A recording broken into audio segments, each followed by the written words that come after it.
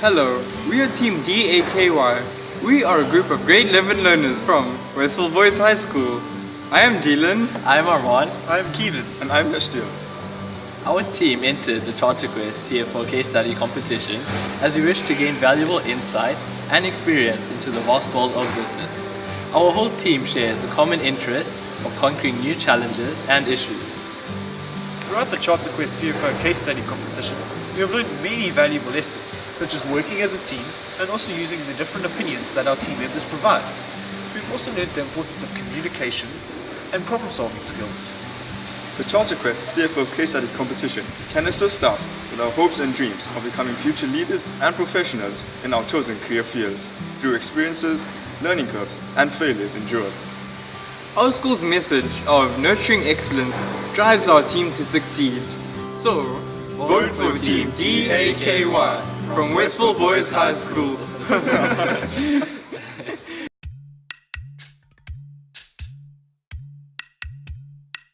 The Amango case, researched, designed and developed by the Charter Quest Institute, is based on a real-world multinational business within the global metal and mining industry. It simulates the strategic decisions its group CFO and board faced or potentially faces. The group is faced with the complex interplay of strategic threats, weaknesses, and opportunities, some of which are embedded with serious ethical dilemmas, involving compelling individuals and powerful stakeholders that create a context for significant organizational change. The board has published a 3-year viability statement and turnaround strategy with emphasis on 4 policy objectives. 1. Restructure the portfolio. 2. Deleverage the balance sheet. 3. Drive operational discipline. And 4. Change dividend policy. 6 major issues have surfaced that require the group's attention, for which the board has asked the teams to prioritize, evaluate, and offer strategic advice. Managing divisional performance group-wide. A strategic performance measure relied upon to evaluate and reward executives appears to be creating some dysfunctional behaviors with unintended consequences. The CFO junior aspirants were required to apply business studies as well as accounting. Strategic joint venture decision in Canada. A native Aboriginal group in Canada has been on rampage against mining companies, singling out Amango for exploiting mineral resources with too little benefit accruing to their clan. A number of mining companies, including Amango, are going into JV arrangements to mitigate this risk and undertake coal mining projects following resurgence in coal prices. There is need to decide on the best configuration for the mining infrastructure, amongst others. The CFO junior aspirants were required to apply concepts relevant to economics as well as business studies. Strategic disposal in Brazil. Amango, as part of an ongoing asset restructuring program, has received a $1.5 billion offer to buy one of its subsidiaries in Brazil. The offer needs to be evaluated taking into account its interconnection with the corporate reconstruction and reorganization issue. The CFO junior aspirants were required to apply economics, accounting, as well as business studies, balance sheet deliverage or share repurchase. Amango's iron ore and coal disposal plans in South Africa has come under attack by the PIC, its single largest shareholder, who is threatening to dump its shares in the market if it proceeds with the disposal plan. In a separate development, the government is about to promulgate a new set of mining regulations that will impose a 10% royalty tax on the turnover of all mining companies and require them to surrender 26% of their ownership to historically disadvantaged persons as part of its Black Economic Empowerment (BEE) policies. The company is considering to rather sell part of its residential property portfolio to a BEE group and use the funds to meet specified objectives. The CFO junior aspirants were required to apply accounting, economics, and business studies, operational risk, and industrial action in Australia. A controlled shutdown has been hurriedly effected in one of the group's mines in Australia, with 560 personnel evacuated due to safety concerns. 6 are reported dead, and 80 miners trapped in deep underground mines have been rescued. The incident has invited us notice to strike from the trade unions, and there is a protected strike that is already in motion. The CFO junior aspirants were required to apply accounting and business studies, corporate reconstruction and reorganization. There is a fierce board debate over the strategic direction of the group, impacting on the decision as to which businesses to sell and which ones to keep. The CFO junior aspirants were required to apply accounting and business studies. Best wishes to the teams.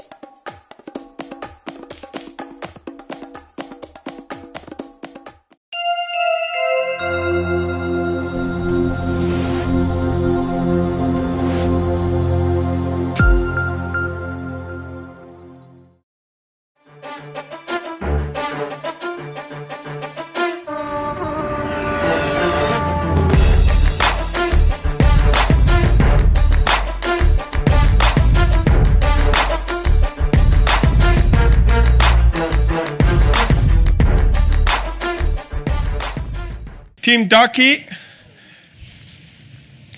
Good day, Board of Directors. We are Team DAKY.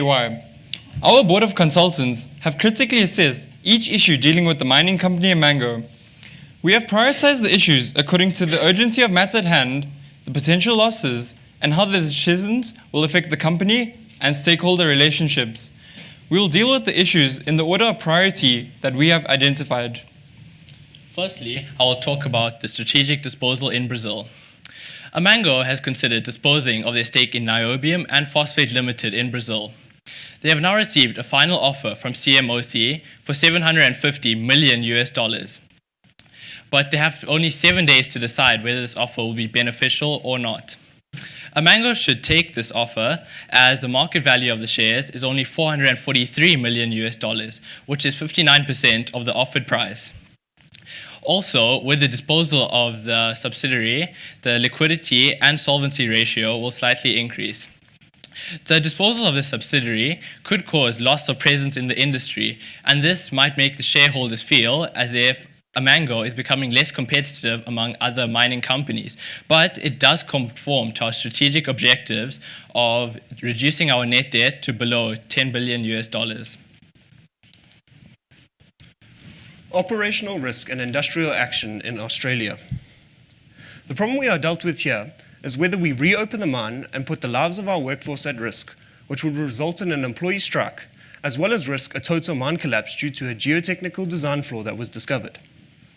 If we choose to reopen the mine, we are going against pillars A, C, and D, which are key parts of the business's mandate and safety.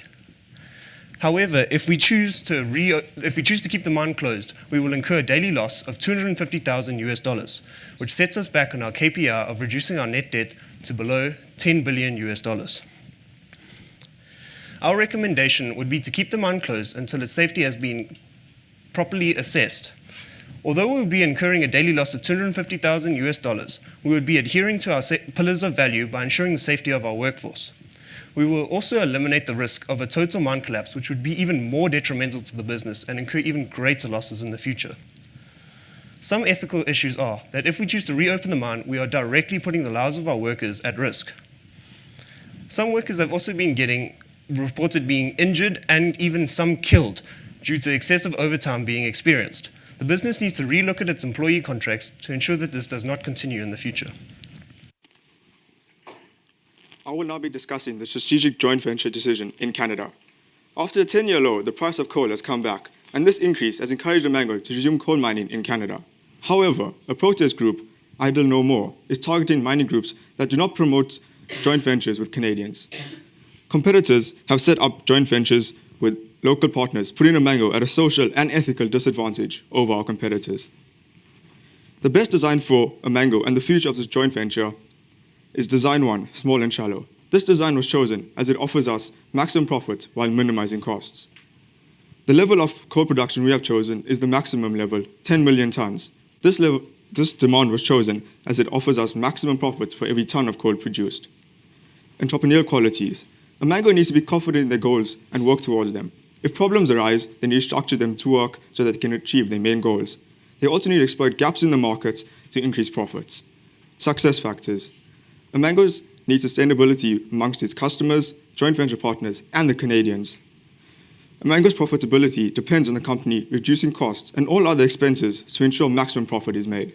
Amango's customer base needs to grow, but also remain satisfied so that we can build on new partnerships and build on our existing partnerships. Factors and forms of ownership. Joint ventures are complicated forms of ownership. Amango needs to think about continuity if Cephas pulls out of the joint venture, as they may be forced to close down and leave Canada. Amango also need to consider the management of the mine, both between themselves and Cephas, as this could lead to one company overruling the other, leading to financial and legal issues. One of Amango's main objectives is to deliver returns to its global base of shareholders, and they are planning on assist in doing so by setting out pillars of value in which each member must follow. Amango also wants to reward their subsidiary executives, but they cannot do so as these executives are breaching these same pillars of value. The executives have been doing many unethical actions, such as postponing service schedules for equipment. This causes injury to workers due to the malfunctioning of equipment. The executives have been retrenching workers from still active mines, and this could cause deficit of workers, therefore less work being done and less profit being made. The executives have also not been recording financial transactions into the online accounting system. Not only is this an act of fraud, but it could cause errors in bookkeeping. As some solutions for Amango to stop these executives doing the same actions, non-executive directors could be brought into the subsidiaries as a form of internal control, as they could overview the actions of the other executives. Disciplinary hearings could be held for any executives caught breaching the pillars or doing anything else unethical. Amango should also consider an alternative to how bonuses are earned instead of linking it directly to operating profits. I will be talking about the balance sheet deleverage. Amango wish to dispose of coal and iron ore subsidiaries in South Africa. If they dispose of the subsidiaries, the PIC as well as other investors plan to offload their shares on the market. Worried about this, Amango considered an alternative proposal of unbundling a section of its property portfolio. If the PIC and other investors sell off their shares onto the market, a share buyback would have to be initiated by Amango.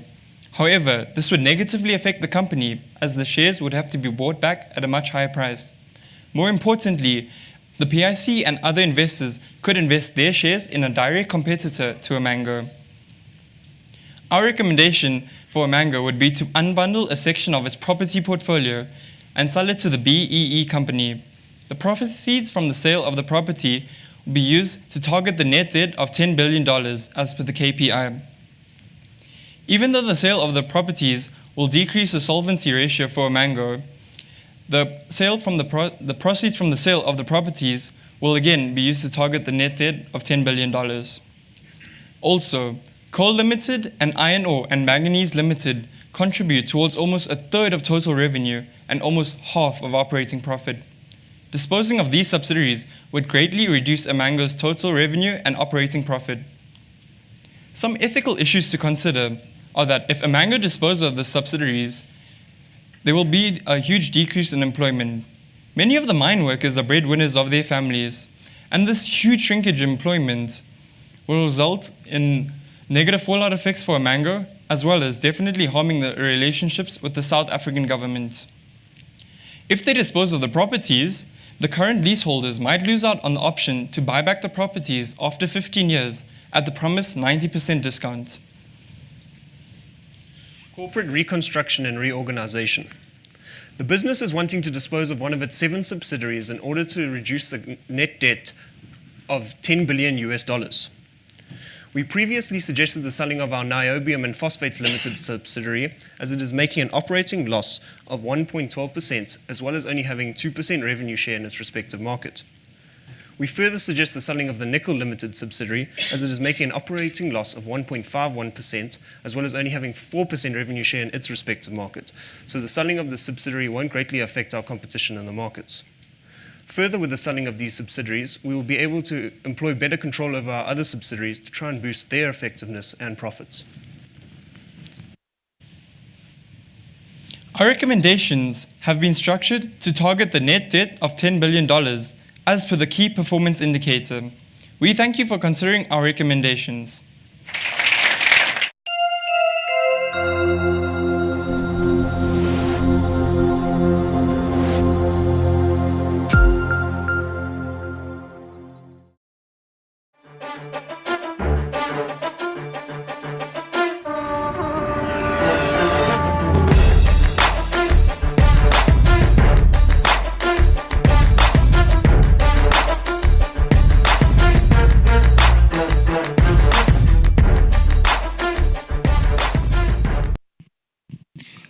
Well done, guys.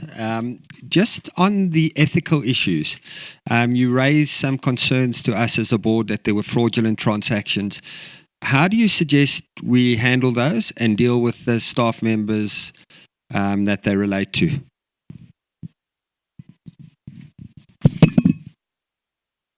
Well, we should have open disciplinary hearings that could be open to the public. This done so that people could realize that Amango will not allow any fraudulent transactions to take place, and that these executives are being punished for what they have done.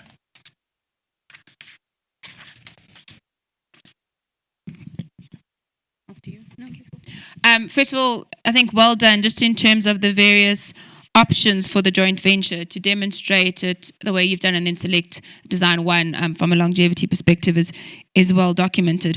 What I'm not necessarily clear on, though, on your recommendations with regards to the Australian mine and closing it, is when you're looking at the ethical issues and what we're going to do next and the order of priority, what we haven't done with each of these to address your 10 billion net debt and your PR and your people and ethical piece is what would we do first as the board. We have limited resources and we would need to sequence each of these initiatives that you're recommending.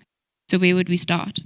Key concern is to stick by the pillars of value that our business has set, and one of those is safety. So we would be forced to close the mine as this complies with that pillar. We are also showing our commitment to safety, so we will be able to continue mining in Australia as the stakeholders will be happy with that decision. And also, about negatively affecting the net debt, we will have to minimize costs once we reopen the mine, and we will also have to increase production to try and make up that small loss. But it's for the greater good of the company as we are sticking by our pillars of value and showing that we care for our stakeholders. Tim Daky, Thank you for the SWOT analysis. It's a very useful tool to understand our business. Question I have though is, you have given me the strength, weaknesses, opportunities, and threats. Now tell me, how can I use my threats and my strength to overcome my weaknesses? And with the opportunities that you have given me, how can I utilize them to overcome my threats? Well, Amango is a big multinational company, and going into a joint venture in Canada after the increase of the coal price shows that we are playing with our strengths, as we are a big multinational company and can play in any field. And since we have 45 different subsidiaries around the world, we are able to handle these issues easily. And this will cover weaknesses such as the executives and all of those ones, by showing the world that we can open up a new mine with a joint venture in a country where many issues have been thrown our way. Thank you. Oh, you want to? I'd still like to add, one of our opportunities was that we have a lot of resources available for the business. So using these resources available, say for the mine in Australia, we're able to compensate. So we have a lot of subsidiaries available which are able to borrow money to one another. So this will help with, say, a failed mine or just any expenses that occur. Thank you, Tim Daky. With regards to the mine in Australia, also, I had a question on your ethical consideration. I just wanted to find out what you had in mind when you mentioned that business must reconsider employment contract. Okay, so for that, I would suggest that one person represent the stakeholders and the miners of that are concerned with the safety of the mine, and they have a meeting with the board, and they reconstruct the employment agreement to what they are both happy with and what they can both comply with. Team, it was exceptionally well articulated, your solutions and how you got to proposing them, and also the prioritization was voiced over, so that answered quite a bit of our questions. In terms of the Australian solution, just help me understand. I think your most recent answer now does help in terms of the engagement with the union and the strike action threat in 7 days. But your suggestion is keep the mining operations closed. And obviously we're acutely aware that there's a number of things that go against the pillars if we were to keep it open, okay? But at the same time, we're losing daily revenue, okay?